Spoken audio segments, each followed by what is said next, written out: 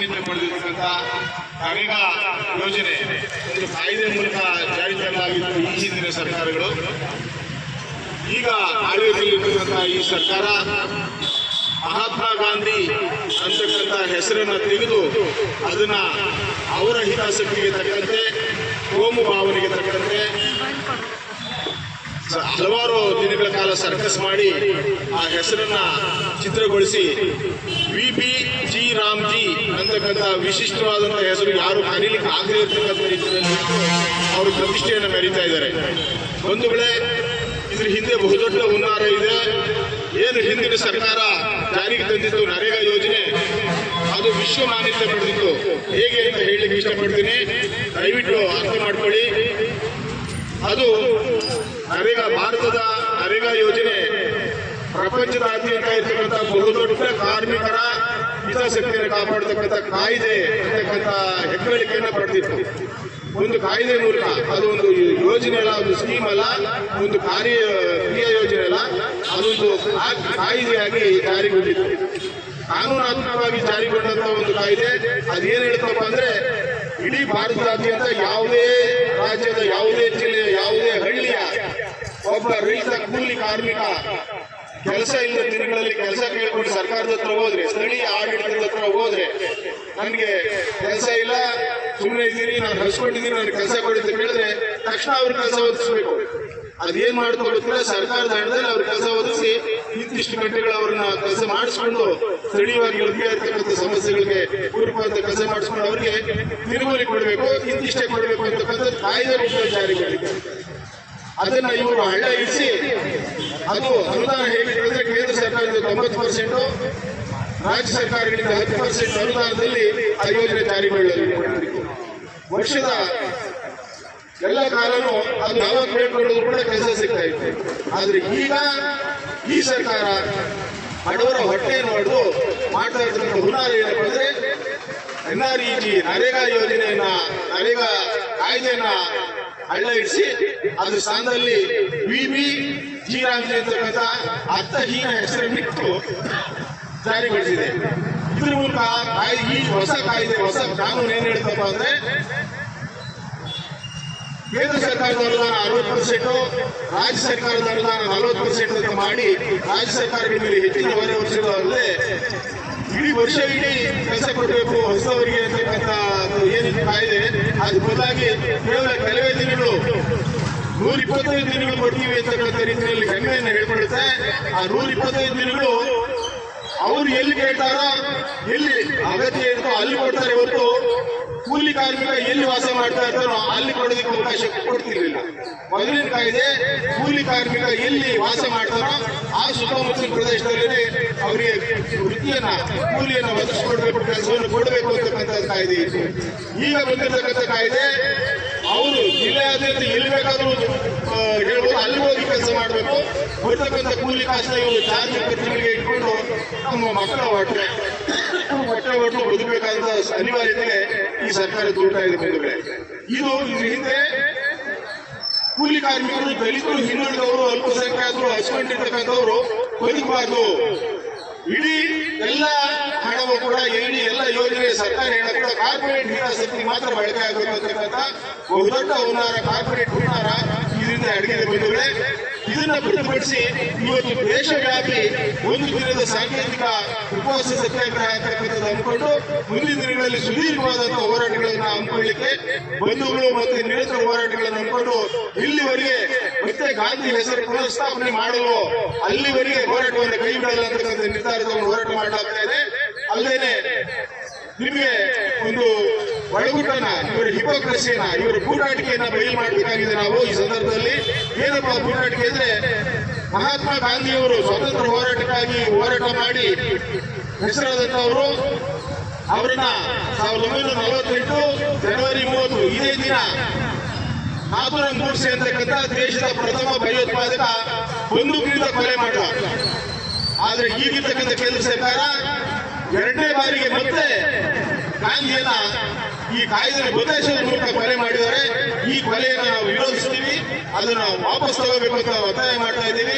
ಹಾಗೇನೆ ಗುಜರಾತ್ ಮೂಲದವರಾಗಿರ್ತಕ್ಕಂಥ ಗಾಂಧಿಯ ಪ್ರತಿಮೆ ಇಡ್ಲಿಕ್ಕೆ ಇವರಿಗೆ ದುಡ್ಡಿಲ್ಲ, ಅದೇ ಈ ಕೋಮುವಾದಿಗಳನ್ನ ಮತ್ತು ಕೋಮುವಾದಿ ಸಂಘಟನೆ RSS ಬ್ಯಾನ್ ಮಾಡಿರ್ತಕ್ಕಂಥ ಸರ್ದಾರ್ ಪಟೇಲ್ ಅವರ ವಿಗ್ರಹವನ್ನ 3,000 ಕೋಟಿ ಇವರ ಅಪ್ಪ ದುಡ್ಡಲ್ಲ, ಜನಗಳ ದುಡ್ಡದು, ಜನಗಳ ಟ್ಯಾಕ್ಸ್ ತೆರಿಗೆ ಹಣ, ಆ ತೆರಿಗೆ ಹಣವನ್ನು ಖರ್ಚು ಮಾಡಿ ತಮ್ಮನ್ನು ವಿರೋಧಿಸಿರ್ತಕ್ಕಂಥ ತಮ್ಮ ಸಂಘಟನೆಯನ್ನು ಬ್ಯಾನ್ ಮಾಡಿರ್ತಕ್ಕಂಥ ವ್ಯಕ್ತಿಯ ಬ್ಯಾನರ್ ಹಾಕೋದ್ರ ಮೂಲಕ ವಿಜೃಂಭಿಸ್ತಾ ಇದ್ದಾರೆ. ಕಾರಣ ಇಷ್ಟೇ, ಗುಜರಾತ್ ಅಲ್ಲಿ ಗಾಂಧಿಯ ಸಮುದಾಯದ ಹಿನ್ನೆಲೆ ಇರ್ತಕ್ಕಂಥ ಮತಗಳು ಕಡಿಮೆ, ಆದ್ರೆ ಪಟೇಲರ ಸಮುದಾಯದ ಮತಗಳು ಅತಿ ಹೆಚ್ಚು ಸಂಖ್ಯೆಯಲ್ಲಿರೋದ್ರಿಂದ ಆ ಮತಗಳಿಕೆಯ ಪುನರ್ವಾದ ಭಾಗವಾಗಿ ಸರ್ದಾರ್ ಪಟೇಲರ ವಿಗ್ರಹವನ್ನು 3,000 ಕೋಟಿ ಖರ್ಚು ಮಾಡಿ ಪ್ರತಿಮೆಯನ್ನು ಸ್ಥಾಪನೆ ಮಾಡಿದೆ. ಇದು ಒಂದಾದ್ರೆ ಇಡೀ ದೇಶದಾದ್ಯಂತ ನಾವೆಲ್ಲ ಕಾಣ್ತಾ ಇದ್ವಿ, ಪ್ರತಿ ಹಳ್ಳಿಗಳಲ್ಲಿ ನೋಡ್ತೀವಿ, ಎಲ್ಲ ಕಡೆ ರಾರಾಜಿಸ್ತಾ ಇರ್ತದೆ ಸ್ವಚ್ಛ ಭಾರತ್ ಯೋಜನೆ ಅಂತ. ಸ್ವಚ್ಛ ಭಾರತ್ ಯೋಜನೆಗೆ ಇವರು ಇಟ್ಕೊಂಡಿರ್ತಕ್ಕಂಥ ಲೋಗೋ ಚಿಹ್ನೆ, ಅಧಿಕೃತ ಚಿಹ್ನೆ ಗಾಂಧಿಯ ಕನ್ನಡಕ, ಗಾಂಧಿಯ ಸ್ಪೆಕ್ಸ್ ಅನ್ನ ಇವರು ಅಧಿಕೃತವಾಗಿ ಚಿಹ್ನೆ ಇಟ್ಕೊಂಡಿದ್ದಾರೆ ಬಂಧುಗಳೇ. ಅದಕ್ಕೆ ಮಾತ್ರ ಗಾಂಧಿಯ ಕನ್ನಡಕಗಳು ಬೇಕು, ನರೇಗಾದಲ್ಲಿ ಮಾತ್ರ ಗಾಂಧಿ ಹೆಸರಿರಬಾರ್ದು ಅಂತಂದ್ರೆ ನಿಜವಾದ ಹೋರಾಟಕ್ಕೆ ಇದು ಅಂತಕ್ಕಂಥದ್ದನ್ನು ನಾವೆಲ್ಲರೂ ಅರ್ಥ ಮಾಡ್ಕೋಬೇಕಾಗಿದೆ. ಇವರು ಹೇಳೋದನ್ನು ಮಾಡೋದನ್ನು ಪ್ರತಿ ಸಾರಿನೂ ವಿವೇಕಾನಂದರು ಹಿಂದೂ ಧರ್ಮದ ಬಗ್ಗೆ ವಿಮರ್ಶೆ ಮಾಡ್ತಾರೆ, ವಿವೇಕಾನಂದರು ಇವರು ಆದರ್ಶವಾಗಿ ಯುವಕರನ್ನ ಬಲಿ ತೆಗೆದುಕೊಳ್ತಾ ಇದ್ದಾರೆ. ಭಗತ್ ಸಿಂಗು ಇವತ್ತು ಬದುಕಿರೋದಾದ್ರೆ ಇವ್ರನ್ನ ಏನ್ ಮಾಡ್ತಿರೋ ಗೊತ್ತಿಲ್ಲ. ಅವತ್ತು ಬ್ರಿಟಿಷ್ ಅವರ ವಿರುದ್ಧ ಹೋರಾಟ ಮಾಡಿ ಕುಂಡಿಗೆಗೆ ಎದೆ ಕೊಟ್ಟಂತ ಭಗತ್ ಸಿಂಗ್ ಅವರು ಯಾವತ್ತೂ ಕೂಡ ಹಿಂದೂ ಧರ್ಮವನ್ನು ಒಪ್ಪಲಿಲ್ಲ. ಹಿಂದೂ ಧರ್ಮದ ಸಮುದಾಯವನ್ನ, ಹಿಂದೂ ಧರ್ಮದ ಕಟ್ಟುಕಟ್ಟೆಗಳನ್ನು ವಿರೋಧಿಸಿ ಬಂದವರು. ಅಂಥವ್ರಿಗೆ ಜೈಲಾರ ಹಾಕಿಬಿಟ್ಟು ಅವ್ರನ್ನ ಆದರ್ಶವಾಗಿ ಮಾಡಿಕೊಂಡು ಯುವಕರನ್ನ ದಾರಿ ತಪ್ಪಿಸ್ತಾ ಇದ್ದಾರೆ. ಇಂತಹ ಒಂದು ಹೋರಾಟಿಕೆಯನ್ನ, ಇವರ ಹುನ್ನಾರವನ್ನ, ಹೇಳೋದೊಂದು ಮಾಡೋದೊಂದು ನೀತಿಯನ್ನು ನಾವು ಅರ್ಥ ಮಾಡಿಕೊಂಡು ಅವರಿಂದ ದೂರ ಆಗಬೇಕು. ಕೋಮುವಾದಿ ಶಕ್ತಿಗಳನ್ನ 1948ರ ದಿನ ಈ ದೇಶಕ್ಕೆ ಸ್ವಾತಂತ್ರ್ಯ ತಂದುಕೊಂಡಿರ್ತಕ್ಕಂಥ ಮಹಾತ್ಮ ಗಾಂಧೀಜಿಯವರ ಈ ದೇಶದ ಮೊದಲನೇ ಭಯೋತ್ಪಾದಕ ಕೋಮುವಾದಿ ಆಗಿರ್ತಕ್ಕಂಥ ನಾಥೂರಾಮ್ ಗೂಡ್ಸೆ ಬಂದೂಕಿನಲ್ಲಿ ಗುಂಡಿಟ್ಟುಕೊಳ್ತಾರೆ. ಅಷ್ಟಕ್ಕೆ ಮಾತ್ರ ಅವ್ರ ಸಮಾಧಾನ ಆಗಲ್ಲ. ಮಹಾತ್ಮ ಗಾಂಧಿ ಹೆಸರನ್ನು ಕೂಡ ಇವತ್ತು ಯುದ್ಧ ಮಾಡಬೇಕು ಅಂತಕ್ಕಂಥ ಅದೇ ಸಂಸ್ಕೃತಿ ಇವತ್ತು ಕೇಂದ್ರದಲ್ಲಿ ಆಡಳಿತ ಮಾಡ್ತಾ ಇರ್ತಕ್ಕಂಥ ಕೇಂದ್ರ ಸರ್ಕಾರ ನಾಥೂರಾಮ್ ಗೂಡ್ಸೆ ಅವರ ಸಂತತಿ ಅವರು ಇವತ್ತೇನ್ ಮಾಡ್ತಾರೆ ಅಂದ್ರೆ ಗಾಂಧಿ ಬಂದಿದ್ದು ಹೋದ್ರೆ ಇವತ್ತು ಮಹಾತ್ಮ ಗಾಂಧಿ ಹೆಸರು ಕೂಡ ಇರಬಾರ್ದು ಅಂತ ಹೇಳಿ ಏನು ಮಹಾತ್ಮ ಗಾಂಧಿ ರಾಷ್ಟ್ರೀಯ ಉದ್ಯೋಗ ಖಾತ್ರಿ ಯೋಜನೆ ಇತ್ತು, ಆ ಯೋಜನೆ ಹೆಸರನ್ನ ಬದಲಾಯಿಸಿ ಪಿ ರಾಮ್ಜಿ ಎಂಬ ಹೆಸರನ್ನು ಇಟ್ಟಿದ್ದಾರೆ. ಅಂದ್ರೆ ಮಹಾತ್ಮ ಗಾಂಧಿ ಹೆಸರು ಇರಬಾರ್ದು ಅಂತಕ್ಕಂಥ ಕೋಮುವಾದಿಗಳ ನಿಜವಾಗಿರ್ತಕ್ಕಂಥ ಬಣ್ಣ ಮಾತ್ರ ಅಲ್ಲ.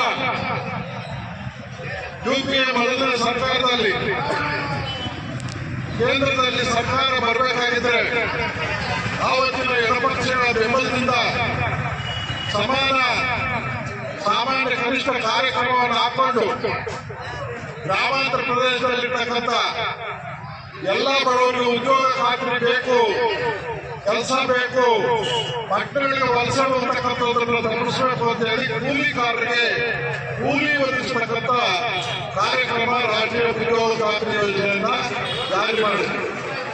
ಆವತ್ತಿಂದ ಇವತ್ತಿವರೆಗೂ ಹಳ್ಳಿಗಾಡಿನಲ್ಲಿ ಬಡವರಿಗೆ, ಕಾರ್ಮಿಕರಿಗೆ ಇವತ್ತು ಕೆಲಸ ಕೊಡ್ತಾ ಇರ್ತಕ್ಕಂಥ ಮಹಾತ್ಮ ಗಾಂಧಿ ರಾಷ್ಟ್ರೀಯ ಉದ್ಯೋಗ ಖಾತ್ರಿ ಯೋಜನೆಯನ್ನು ಸಂಪೂರ್ಣವಾಗಿ ಇವತ್ತು ತಿದ್ದುಪಡಿ ಮಾಡಿ ಅಲ್ಲಿ ಇವತ್ತಿರ್ತಕ್ಕಂಥ ಏನು ಗ್ಯಾರಂಟಿ ಅಂತಕ್ಕಂಥ ಶಾಸನಬದ್ಧ ಕಾನೂನಿತ್ತು, ಆ ಕಾನೂನನ್ನು ತೆಗೆದಿದ್ದಾರೆ.